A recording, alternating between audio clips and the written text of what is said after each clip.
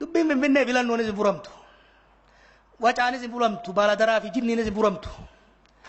Finfinneen magaalaa guddoo Oromiyaa dachi Oromooti. Kana namni beekuu qaba. Kana saalfachuu hin qabnu.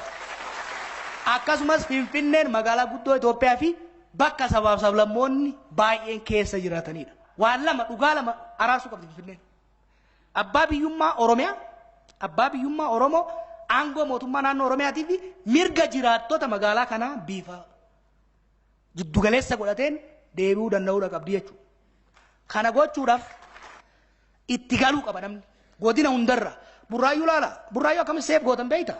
Itti godaan eeggale namni keenya gama lixaatiif shawaa lixaarraa horroo guduruurraa bakka addarraa itti galeetti amma magaalota naannoo kana keessa kati Oromummaa qabdu naannoo burraayyuu sani. Finfinnee tanas itti galuu qaba namni. Haga feete ayyitu itti galuu qaba namni. Ittuma galuu qaba. Lammaan dimoogiraafii jennaan iyyan. Magaalaa teenya irratti dachii abbootii teenyaati irratti itti galuudhaaf hayyama alagaa hin gaafannu gaafachuu illee hin qabnu jechuudha. Itti galuu qaba. Itti galee hojjetuu qaba. Carraaqqachuu qaba. Liistiroon nama keenya hin taane. Adaama akkatti oromeessitanii beeytanii mi? Adaama liistiroorraa kaasuudhaan namni keenya itti galeeti.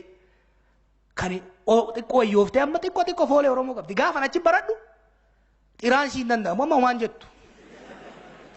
Kanaaf Finfinnee illee itti galuudhaan fooyyessaa deemuudha. Waa'ee Finfinneetiif filmaata. Finfinnee kana irratti mirga Oromoon qabu murteessuu qabnaa ka jedhu yeroo hundumaa kaka. Waan namni biraanuu godhu irra caalaa waan namni biraanuu gochuu qabu mootummaan nuuf gochuu qabu caalaa waan nuti gochuu qabnutu caala. Tokkoffaa akka Oromootti ejjennee akka Oromootti haasofnee akka Oromootti dhagahamuu danda'uu qabna. Amma namni nuti bira daddabarru kun hedduunsaa Oromoodha beekaa. Afaan jira haasa'a. Waggaa 60 dura magaalaa kana dhufe yeroo duraatiif. Namoota nu dura waggaa 2-3 dhufan salaxanantu turan. Warri kun amma yeroo nu dubbisan nutti siqanii dhiyaataniitu fayyaadha ijoollee akkamii achi gaafa siqutaadhaan deet no ante. Maaliif waggaa 2-3tti jijjiirame namichi waggaa 2-3 keessatti salaxane. Kanaaf hin qaanfata so afaan Oromoo haasa'u argamuusaa. Jarri sun hedduun isaanii ijoollee Amaaraa horanii quba qabaadha. Abbaatu Oromoodha malee ijoolleen Amaara. Kana irratti yaada waan biraan kaasuu barbaada. Namoota dhiigaan Oromoo ta'anii afaan Oromoon dubbanne moo maal goonaa? Filmaata lama qabna. Atis Amaara jennee irraa dhiisu. Rakkinni suni Amaarri immoo ijaarame amma akka sabaatti. Dhaqee abin ta'a moo ilmi galataa? Rakkina keessa galchinee jechuudha. Identity crisis keessa naqne. Nyaata adda isaa birroo kuni ka intali har'a dhufuuf turtee fira seen beektutu duunaan haftee jeneraal afaan Oromoo raanfatee ture. Dargaggummaatti waraana mootummaa seenee nami giraa qanyi jedhe immoo afaan Oromoo haasa'u. Irraanfatee garuu jerumti kakaasanii qabsoo Oromoo gochuudhaan booddee hidhamee hidhaarraa yeroo gizootii galamsoo geessan galamsootti deebi'eef afaan Oromoo. Maaliifan kana kaasaa? Ijoollee dhiigaan Oromoo ta'anii afaan Oromoo hin haasofne kana achi ofirraa dhiibuurra gama kana harkisuu. Dhaaba bilisummaa Oromoo warra bu'uuressi keessaa gariin isaanii beek namoota afaan Oromoo haasofne turanii.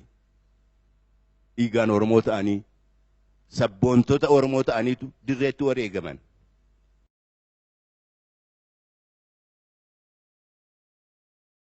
dhimma filannoo irratti bakka yaadamu yaadaa jirtan. Filannoon kun takkaa biyya tana diiga, takkaa biyya tana akka haaraatti ijaara. It will be either the expiration date or the renaissance. It's very important. Filannoon kun nagayaan tasgabbiidhaan geggeeffame ummanni kan ta'uuf filatee mootummaan legitimesii haaree qabu yeroo duraati yoo as ba'e gara dimokiraasiitti ceena. Warri aangoo irra jiru hannee itti fufna yoo jedhan. Warri immoo aangoo barbaadu sagalee ummataatiin osoo hin ta'in girrigirrii fi boksiin irraa buufanne jennaan wal qabannee daaraa taanaa jechuudha. Kan hanqisuuf ijaa shanan dabre kana keessatti Itoophiyaatti filannoon kun milkaa'u Oromiyaatti yoo milkaa'edha. Oromiyaatti milkoofnan ta'anii shakkina. The battle ground Oromiyaadha. Paartilee keenyaafis maaliif Oromiyaa ta'a isinitti fakkaate? Kooriin jijjiirama kana Oromoo waan ta'eef filannoon kun bifa nagaa qabuu fi wal hubannaa qabu yoo deeme Oromiyaa keessatti rabshaan gara biraa uumaa baay'een rakkoon miidhu hin fidu. Nu jidduutti rabshaan uumamnaan biyya rabbashnaa jechuudha. An akka kiyyatti paartileen Oromoo hogganoonni Oromoo filannoo dura walii galuu qabanii jechuudha. Competitive election osoo hin ta'in consensus based election geggeessuu danda'uu qabna. Paartii tokko godhuu yoo kadhadhabnu taate ejjennoo tokkoon federaal seenuu danda'uu qabna. Oromiyaa irratti wal dhidhiibuudhaan, wal dhidhiituudhaan, wal bira dabruudhaan osoo hin ta'in walii galteedhaan aangoo hirachuu danda'uu qabna. Warra nun jaalanne sossobuun umaa nun geessu. Kana beekuun. Saboota ifiinif bulchuu barbaadan, kan kaleessa cunqurfaman, kan har'a qe'ee ofii bulchuu barbaadu, kan Itoophiyaa keessatti immoo haqa isaa barbaadatu, kan dhufee nu saamuu barbaadu osoo hin taane. Isaan humni federaalistii jabaatee biyya kanatti filannoo irratti ajandaan gurguddaan lamuma. Sirna federaalizimii kana diinamoo sirna federaalizimii kana sirreessinee itti deemnadha ajandaan ka ta'u. Jijjiirumni guddaan biyya kanatti dhufe Amaarri Amaara'uudha. Amaarri Amaara'u waan gaarii. Dur karakkanne Itoophiyaa haguugatee dhufa jala seennaa fi waliin seenna irra qolutti ta'e. Amma innis ka ofii qabate nullee ka ofii qabate deemnee biyya nuufis isaaniifis taatu jaarranna jechuudha. Yoo antiinne immoo addaan galla nagayaan. Kanaaf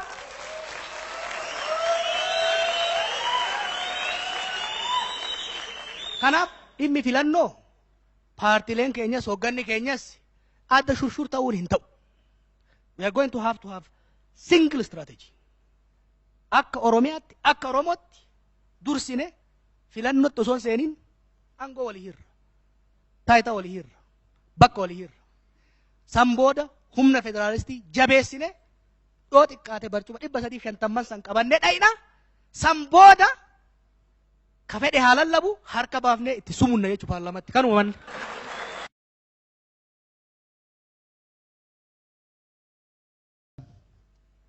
Dhaabotni Oromoo heddummachuun dhibdee baay'ee qabaa. Isas tuttuqee osoo dhaabonni kun tokko ta'anii gaariidha danda'aman fakkaatu yoo xiqqaate qindoominni jabaan gidduu isaanii jiraachuun barbaachisaadha. Dhimma abaaworraa yoon ka'e waan pozitiivii hedduun argaa jira.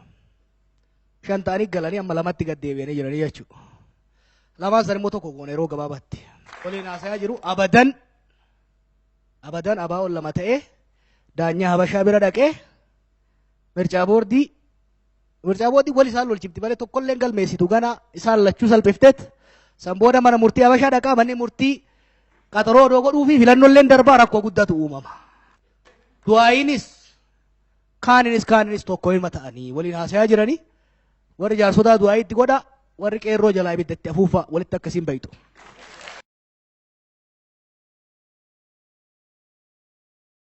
Paartii maaf hin jaarre ajaa'iba qabdan. Ka jiru baay'ee jechaa ka biraa jaarinaan jettan hin ta'u. An akkanumatti isinii wayya. At least waggaa muraasaaf akkanuma isinii wayya. Yoon paartii jaare nan lugaamama. Akka barbaadetti asiinis kana dubbachuu hin danda'u na qaban seera paartiitiin. Gamanas goruu hin danda'u kana faarsee kan qabuu hin danda'u. Flexibility na jalaa bal'isa. Isinii galee kanaafi akkuma re'ee haadha qabnee kanatti fiiguu waan isinii wayyuun oolu. paartilee waliigaluu baattee garuu warraabshaa uumnan bareedaa ka ajaa'iba barbaadu ka shankoora fakkaatu kana jaarraa jechuudha. Wanni nuti mootummaa deeggarruu fi morminuuf dantaa teenya qofaa jechuudha. Namni Oromoo ta'e qofaaf namni Oromoo ta'e qofaaf I think we are being taken for granted. ODP dhaan hamma tokko. Abiyyiinis we are being taken for granted. Oromoo waan fedhe waan balleesse naa obsanii wanni jedhu kuni obsi isaa qaba. Guutee akka dhangalaane of eeguu qaban. Our guiding principle is our national interest. Bakka amma jirrutti waa baay'ee nuu kenna jechaan hin jirru. Waan garuu dhiiga teenyaan arganne sharafutti yoo deeman wal sharafutti seenna kana beekuu danda'u qaban.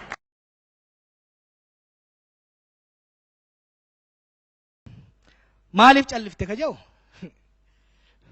Jaarsota kana afaan na qabe. Waa isin kijibu.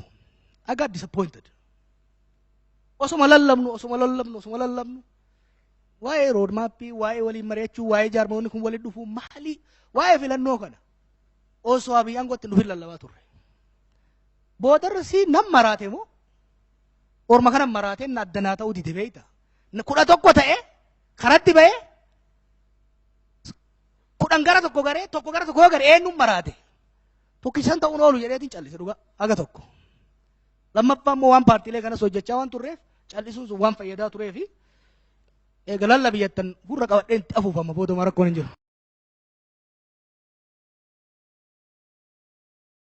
Namni OPDO hube akka keenyaa fi akka wayyaaneen jiru. Wal ta'aneetu hubne. Osoo wal naasa'in wal ta'an. Achi keessaa onag jedhee ganamaa galgala hidhaman Lazeenaawwii ari'a sodaachisa ijatti baasa. Nuti immoo alaa maxxannee jennee ganamaa galgala guggubna. Dogoggorri guddaan nuti goone amma isin duratti sana fudhachuun qaba. Achi keessaa sabboontonni ni biqilu jennee yaaduu dadhabuun keenya dogoggora guddaadha.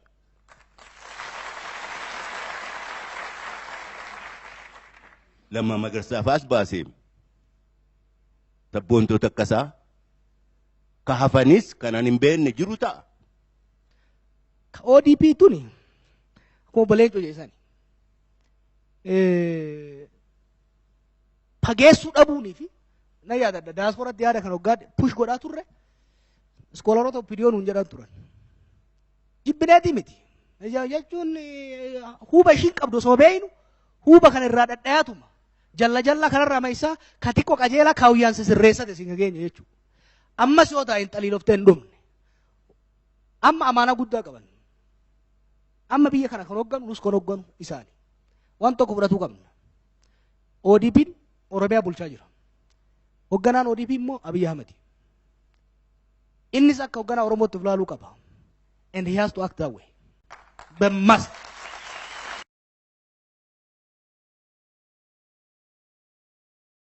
Kan buqqaatotaa dhumarratti warri maallaqa buqqaatotaa tana gara godhe mootummaan tarkaanfii fudhachuu qaba daddafee godhuu baannan ummata keessa akkasii hin deemne godhu warri lootarii haates warri ganzaba gara kaan godhees because buqqaatotaaf miti hin salphanna kaleessa ummata buqqaatotaatiif jenne televiziyoonaan baane ummanni hundi gaafate maallaqni walitti qabame boru rakkoo yoo dhufe ummanni kakaleessatu nyaatanii har'a maaf hinnaa jedha.